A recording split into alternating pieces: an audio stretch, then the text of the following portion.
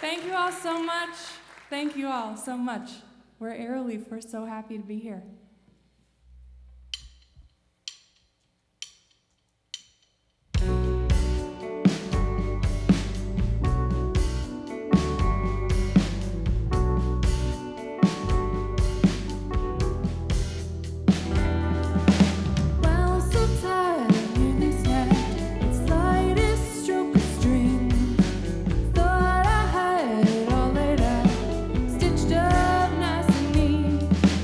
Now it's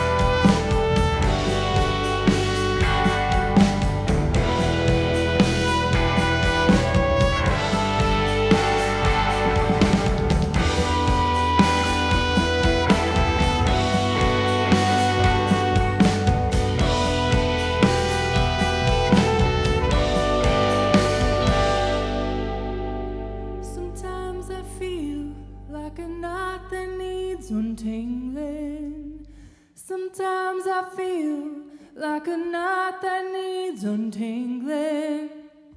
Sometimes I feel like a knot that needs untangling. Sometimes I feel unsolvable. They flipped a switch and rendered me powerless, and now I feel inoperable. Sometimes I feel like a knot that needs untangling. Sometimes I feel unrecognized. They flipped a switch and rendered me powerless, and now I feel demagnetized.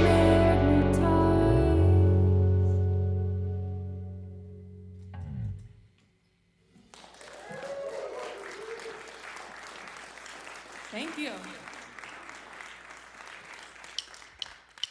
I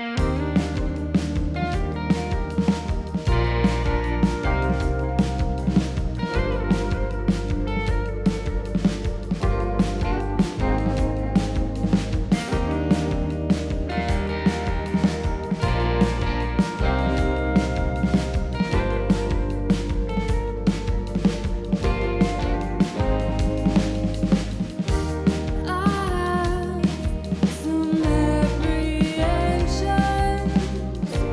Those things that you didn't mention gave me some misconception and left me with a million questions.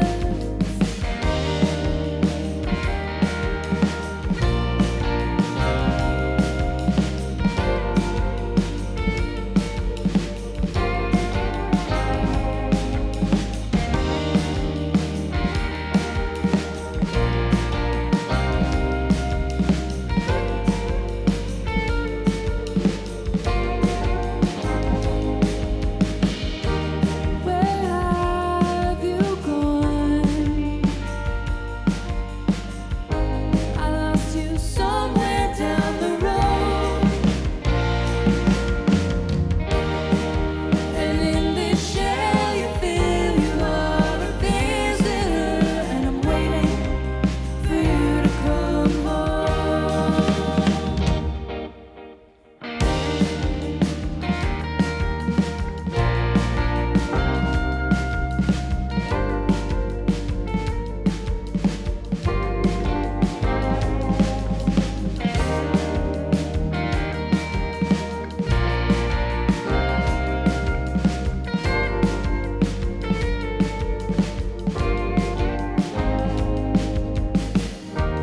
Nothing I say or think is understood in the way I mean. I speak and words come out. What I say doesn't make a sound.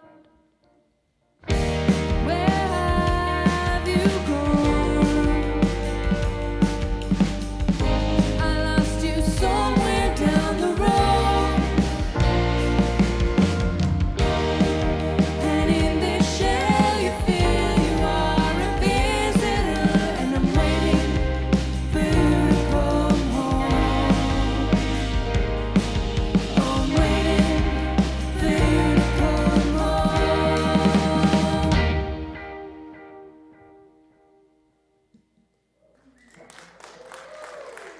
Thank you so much.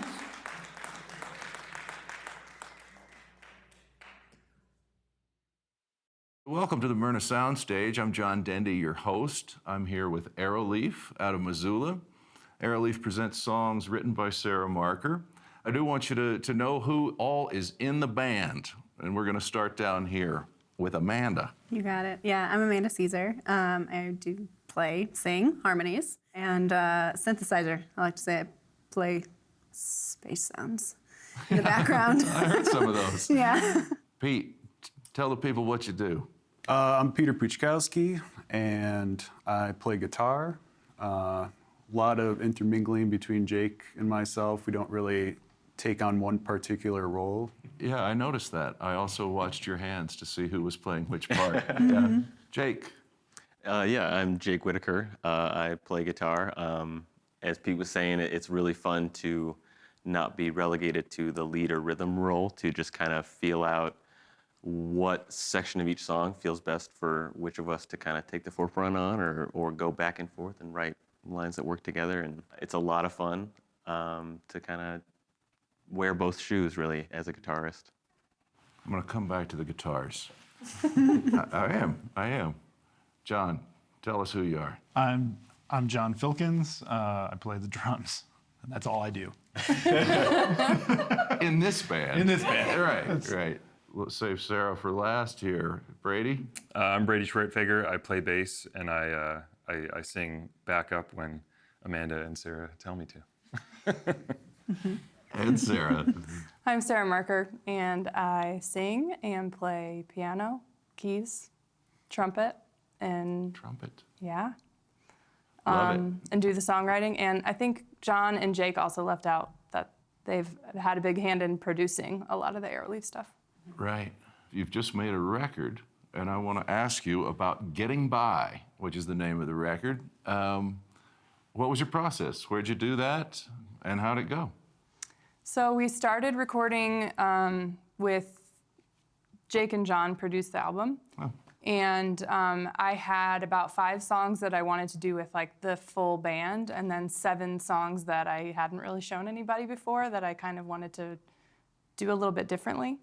So in November 2019, in our living room in this tiny house in Missoula on Burn Street, we just started kind of sketching stuff out and doing some demos and stuff, November 2019, and then brought in an additional 6 musicians in addition to the group of people here from Missoula on various tracks, and recorded that December 2019 into March 2020. Whoa. Yeah. And where did y'all do that? At our that house. same house, yeah. Yeah. Oh, really? Yeah. In the living room. So we had our house set up that it was like a pretty small house, but had a really big living room. And so we had that set up as a recording studio, and then we slept in the basement Yeah. for a couple years.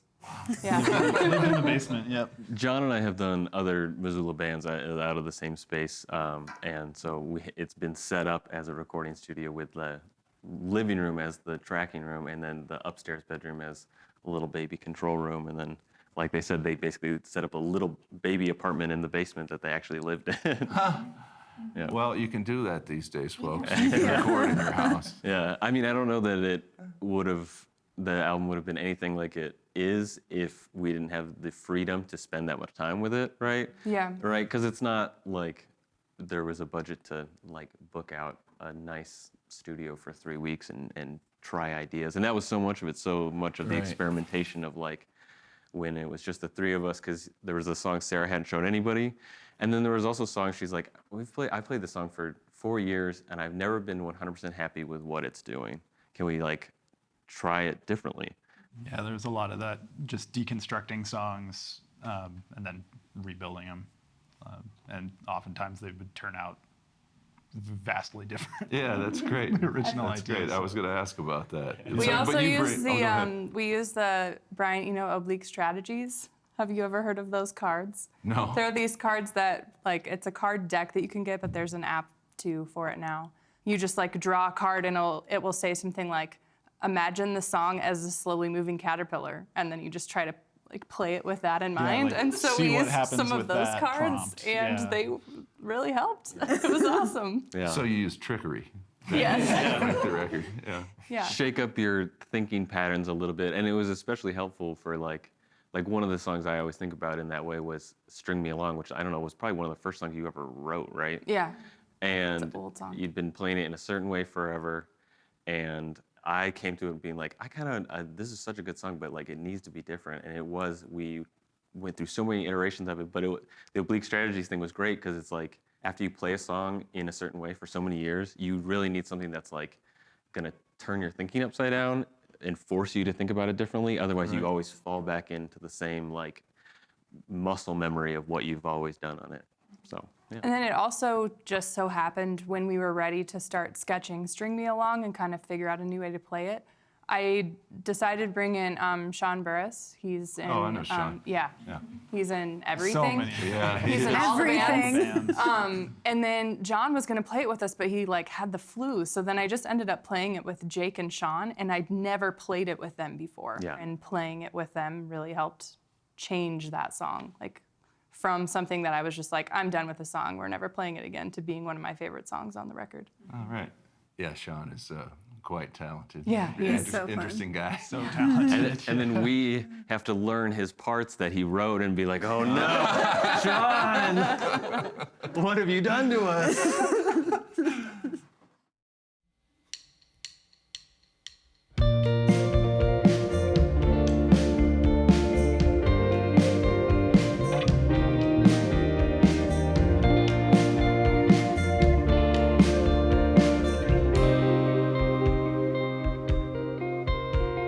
I've been so patient. I've understood every explanation. I'll take your word. Got me believing your heart is kind. Deep down, I know that. You got me on a long, long line. You string me along. Only your bad promises. Only your bad promises.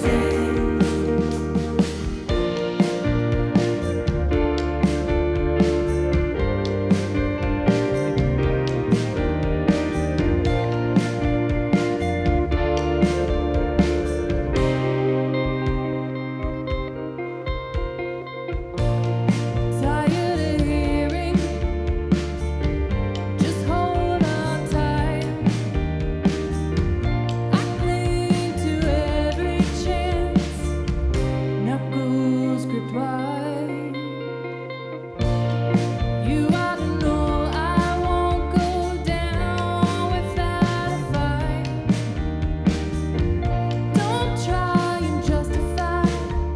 Don't tell me it will be just fine. You string me along. Only your bad promises. Only your bad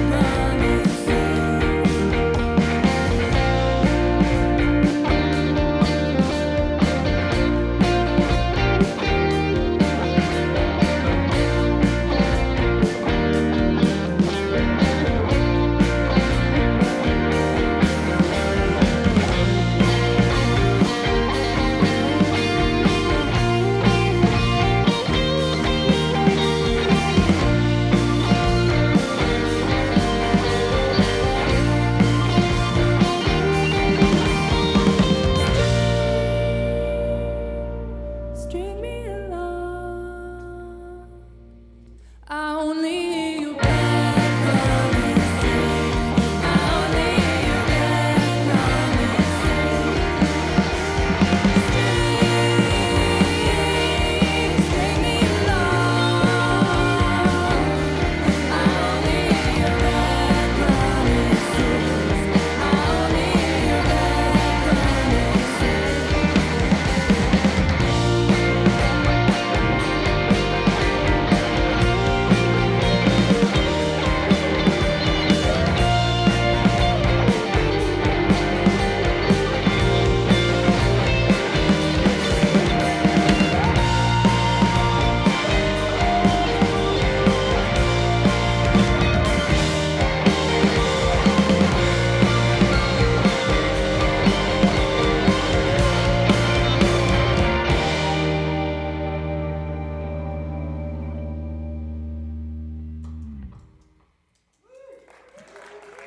Thank you so much.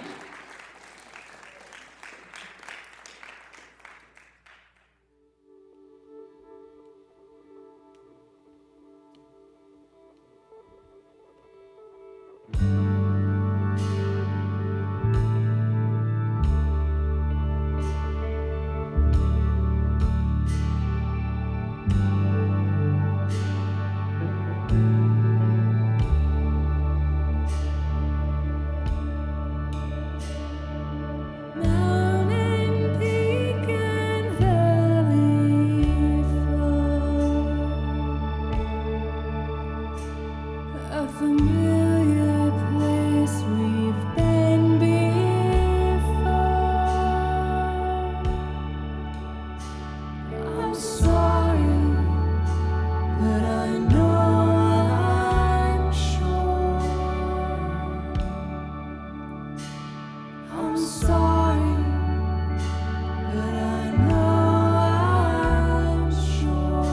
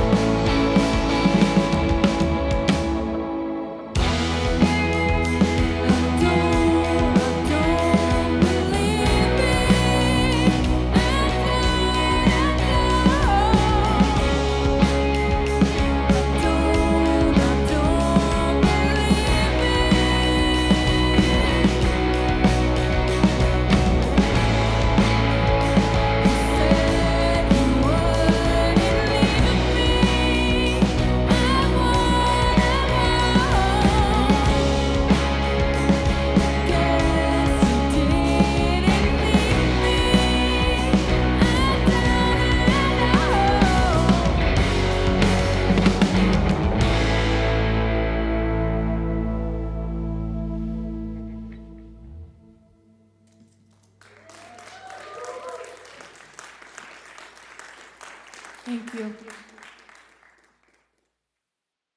So Sarah, do you bring all the material to the band then, or you write the songs, right? Yeah, for the most part. There were a few songs that we wrote together, just like out of a jam at band practice. But I think most or all of the other songs are things that I bring to practice or like brought to the album.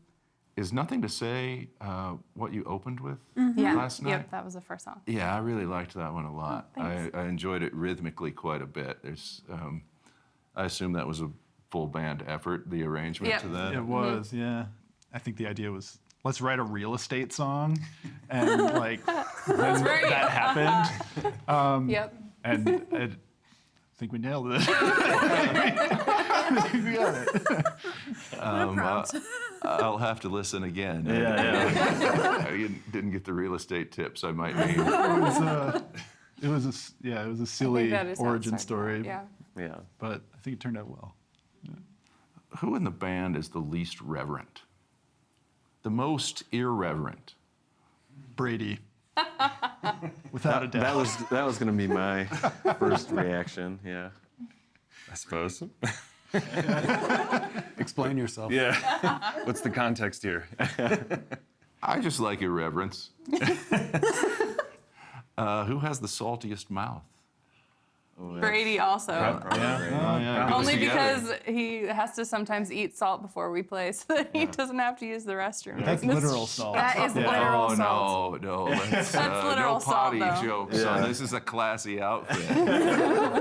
No potty jokes on this show. You know, you hear the lyrics in band practice, and it shows so many times that you just start thinking of like different words Oh, no. to sing Oh, along with yes. songs. And so, you know, Oh, no. I come up with all sorts of goofy little things that Sarah, I'm sure, hates when Every time. I'm humming it. They're in- always in very practice. inappropriate.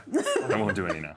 The song that she's think we can carefully say wrought any of together them. with the Yeah. perfect words is just turned into something silly about going to the bathroom. Yeah, And yeah. How many Subarus are owned by this band? One. Just one. Just one. Yeah. That's statistically improbable. No. You're right. You're not wrong, yeah. Well, the Couple others are Toyotas. Toyotas. Yeah. A number of Toyotas out All there. right. All right. Who here has the most professional job? Jake. Jake or me? Oh, is that Probably really Jake. true? Jake. Yeah. Business. That's what I hear all day. Business. What do you do for a job, Jake? Yeah, yours. Oh man, it's like a really complicated answer. None of us I can tell work you. with Allegiance Benefits that does like TPA for health plans, and then I work in marketing, so I work on like a lot of government contracts and school district things. And you just gotta get on the phone and talk business things, and then I get off the phone and I got to turn on some weird, funky music too to remind yourself that it's just your job, right? It's not your personality. It's not your entire being. It's just what you do to pay the bills. It's why when I meet people, I hate the question like, "What do you do for a living?" Because I feel like it's such a limited view into what a person is. I'm much more interested in like, what are you most excited for next in your life, or what's the thing that like What are you gets working on? Yeah, what are you working on that Yeah. you're like passionate about or whatever? And it might be your livelihood, and if so, like hella props to you, right? But it's more likely than not to be something other than that, and those are the things that I think are most important about a person. Are you from Europe or something? If only.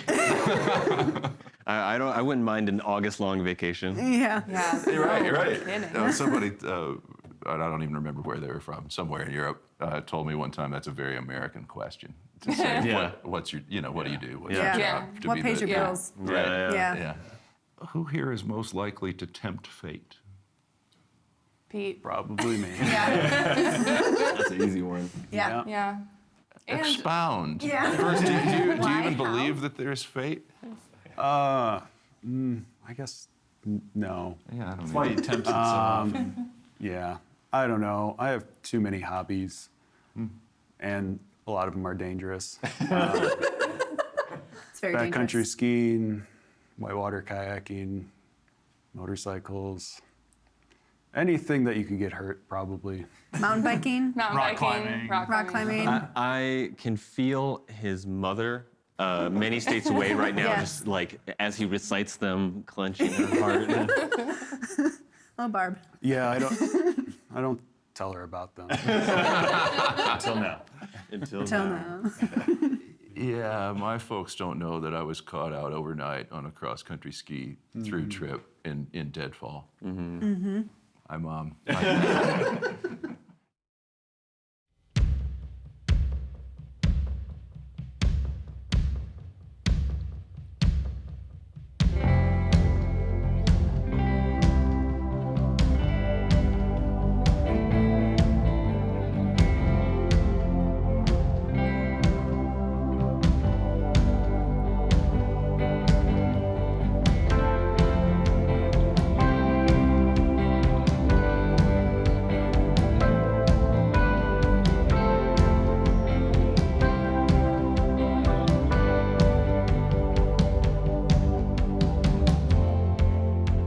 I'm holding on to too many things, and I can't take any more.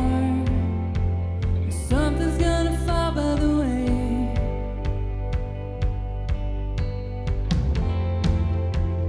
Can't do this another day. Stubborn is my middle name. I'd rather shed some skin before I let you go.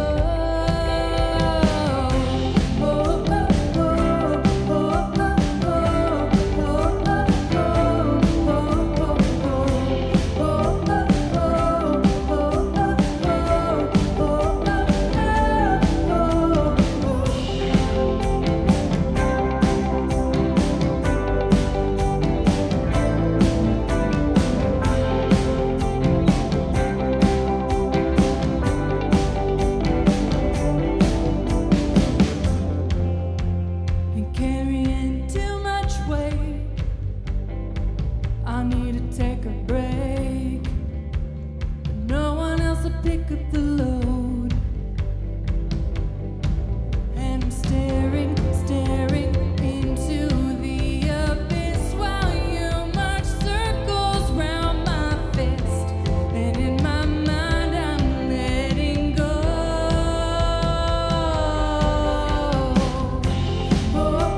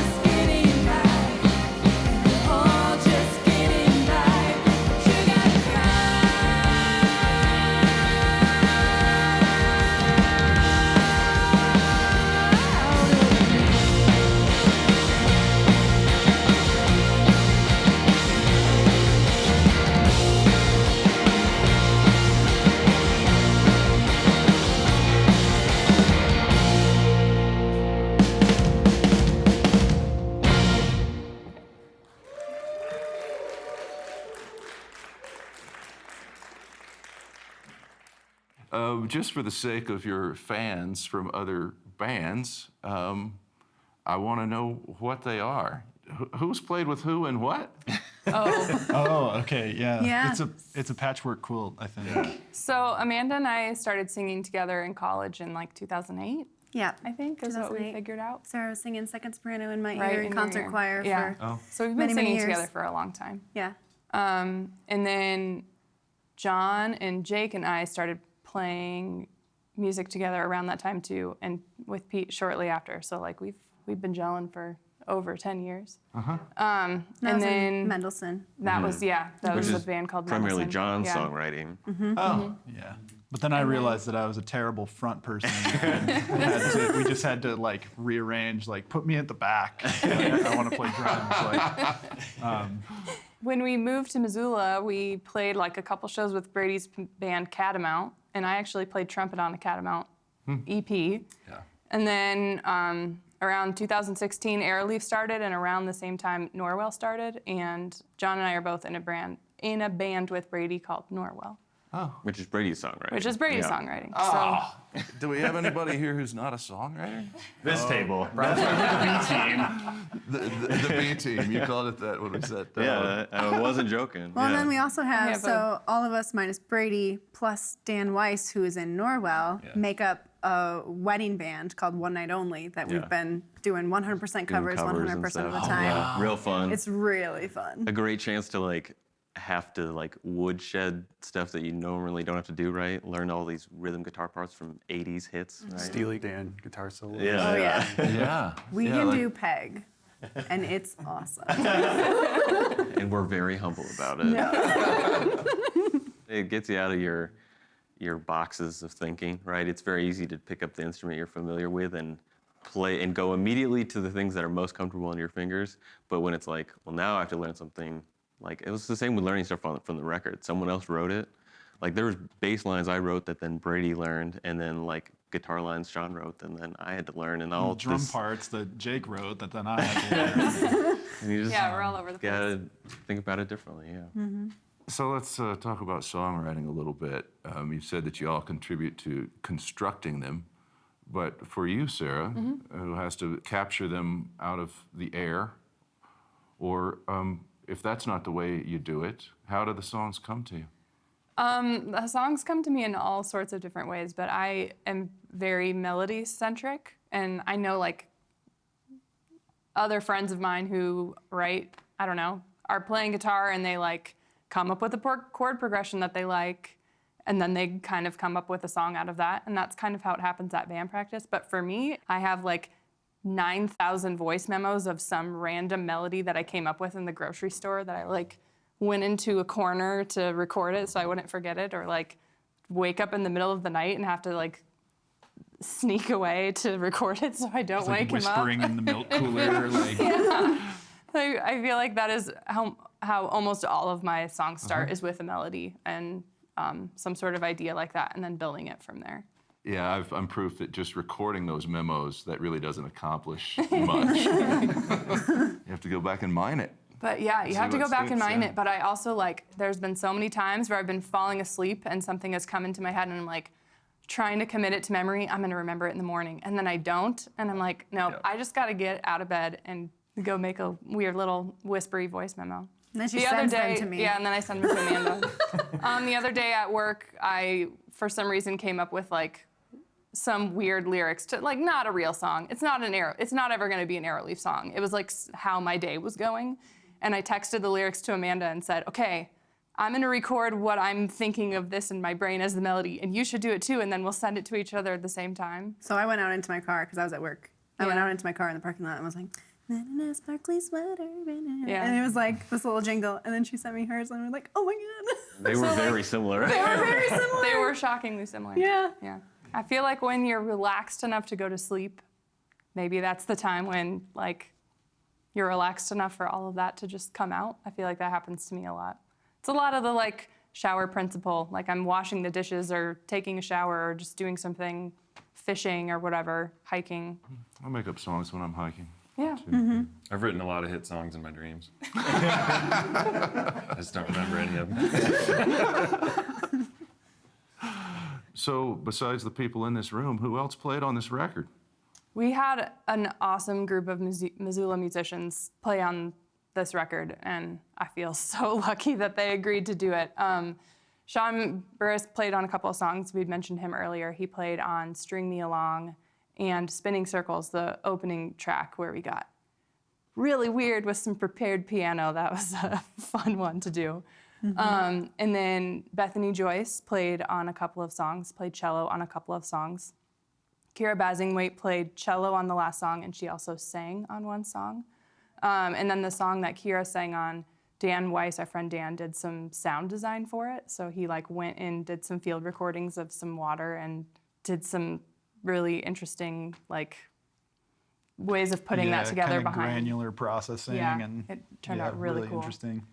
And then Jim Riak played guitar on, I think, 5 of the songs. Did I get everybody? Kaya, Judah Nelson played fiddle on the last song.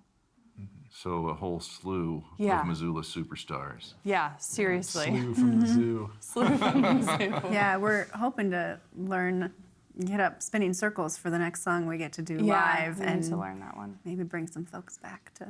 Yeah, I really have always, we didn't get to do the album release the way we wanted to because we finished recording in March 2020. We took some time mastering it and promoting it, and tried to put off putting it out until we thought, vaccines are happening, and maybe it'll, 2021 will be okay.